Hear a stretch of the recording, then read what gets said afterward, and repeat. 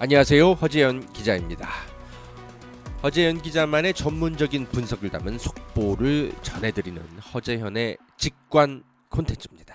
여러분의 많은 관심 부탁드립니다. 오늘은 이 보도 먼저 보고 가시겠습니다.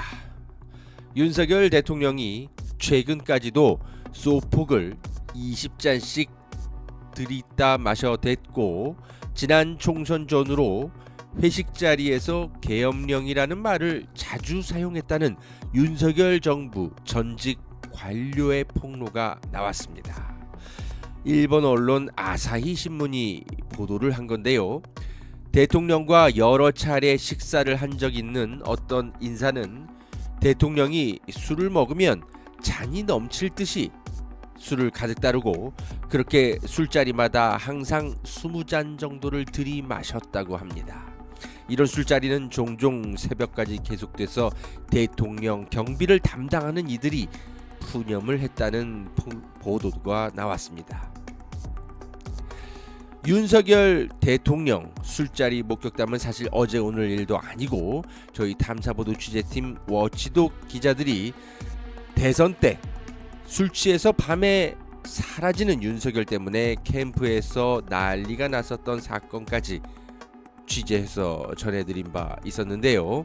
이제는 해외 언론들에까지 대서특필되고 나라 망신이 이만저만이 아닙니다. 결국 계엄령도 술 취해서 벌인 객기로 보입니다. 이제 윤석열 체포 소식입니다. 공수처 법치를 무시하는 법꾸라지 대마왕급 세력들에게 맥없이 당한 끝에 결국 경찰에 윤석열 체포를 부탁했습니다. 진작에 경찰이 주도해서 체포를 하게 할 것이지 쓸데없는 기관 간의 자존심 대결로 일을 벌이다 수습도 못하고 우왕좌왕하는 모습입니다. 법원이 윤석열 체포영장을 재발부했습니다. 주목할 만한 점은 체포영장 시한을 경찰 국가수사본부가 공개하지 않은 건데요. 윤석열 일당들이 별별 방식으로 법망을 빠져나가기 때문에 이것을 공개하지 않은 것 같습니다. 체포 과정이 굉장히 어려울 것으로 예상됨에 따라서 기존의 체포영장 유효기간 7일보다는 늘려 잡았을 것이라는 관측이 우세합니다. 이번 체포영장 재집행은 경찰이 주도할 것으로 보이는데요. 그만큼 경찰의 윤석열 체포 의지가 강하다는 분석을 해도 되겠습니다. 경찰 안팎에선 지금 특공대 투입까지 고려해야 한다는 이야기가 나옵니다.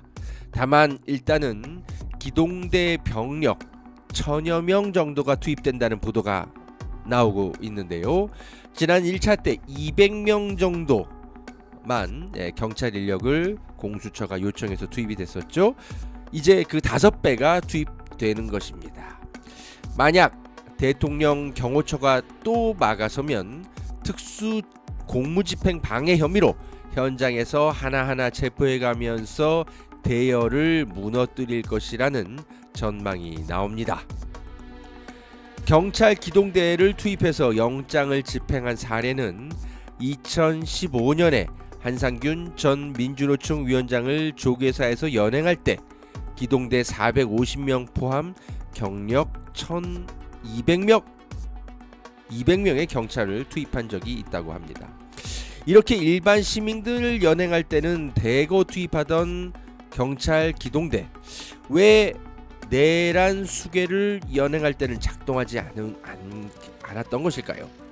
공수처가 진작부터 경찰에 작전을 맡겼어야 한다는 비판이 나옵니다. 무능한 공수처 때문에 대통령 경호처는 더 기세등등합니다. 지금 대통령 관저 앞은 차벽을 설치하고 철조망까지 추가했다고 하는데요.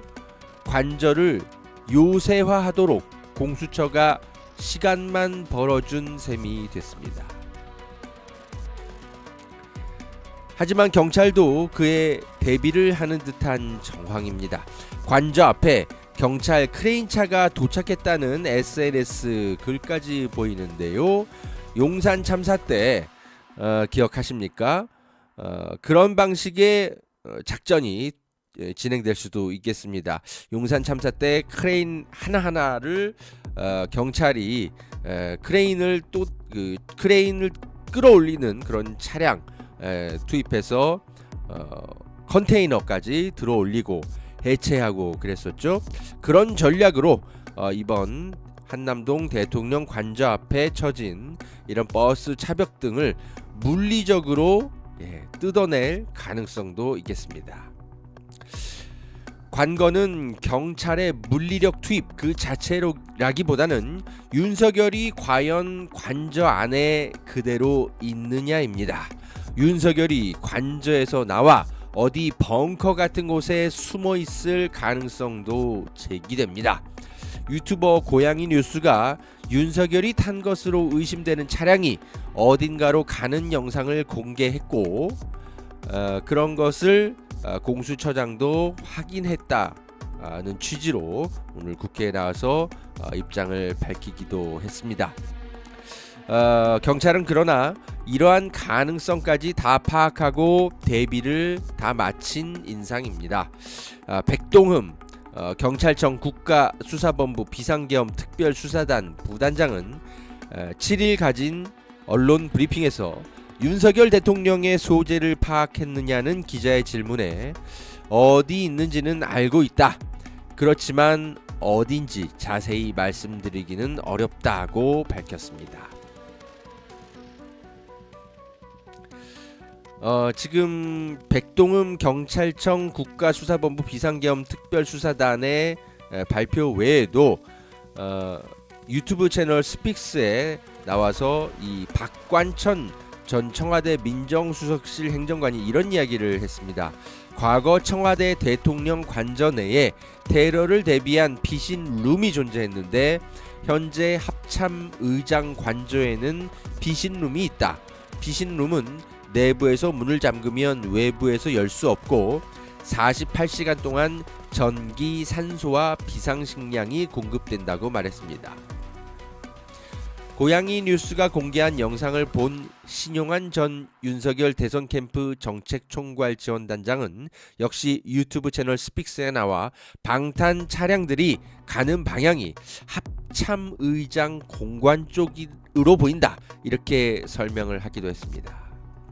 즉 윤석열은 한남동 관저에서 이미 빠져나와서 합참의장 관저의 벙커에 숨어 있을 가능성이 조심스럽게 제기되고 있고 경찰은 그것 역시도 파악하고 현재 작전을 짜고 있는 것으로 보입니다. 경찰 여러 가지 그 체포의 달인들이기 때문에 이런 것까지 감안해서 윤석열 체포 반드시 성공해 내기를 바랍니다.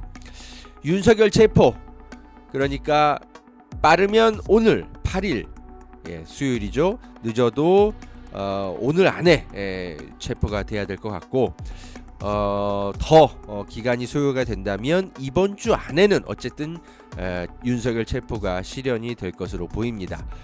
그렇기 때문에 법원이 발부한 체포영장 시한도 마감 시한도 이번에는 공개를 하지 않은 것으로 보이고요. 경찰의 체포 의지가 일단 상당히 높아는 보입니다.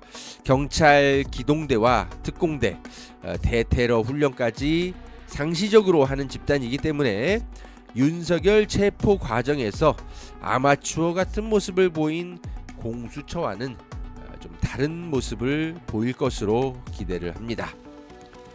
물론 경찰은 기회주의 집단입니다.